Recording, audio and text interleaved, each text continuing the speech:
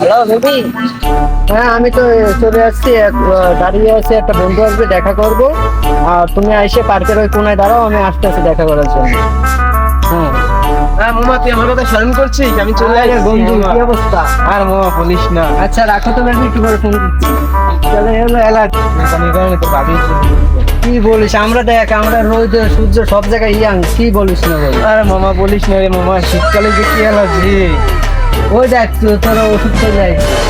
আরে বেটা, কোন কই, মাইয়া কই মানুষ মামা? না বেটা, থাক। আরে তোর এই যে বলবি চুলকানি না, হয়েছে না? চুলকানির কারণে। তোর এই যে চুলকানি হয়েছে, ওই যে মলম বেচতে আছে, দাঁড়া দিয়ে ডাক দিই।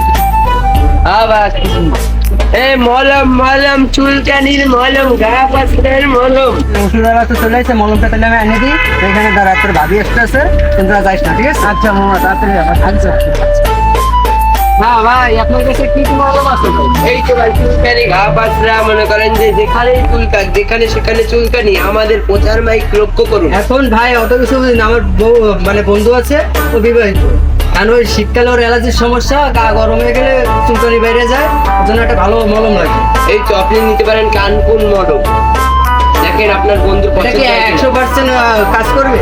100% গ্যারান্টি, 100%। এটা এখন এটা নগদ আপনি কত নিচ্ছেন, দাম কত? ভাই, আপনাকে কি বলি, আপনার বন্ধু কি বিবাহিত? হ্যাঁ, আর শোনেন, বিবাহিত যদি হয়ে থাকে তাহলে আপনার মনে করেন যে দাম বেশি নেব। 500, মাত্র 500 টাকা দেন ভাই, আপনি ঠকবেন না।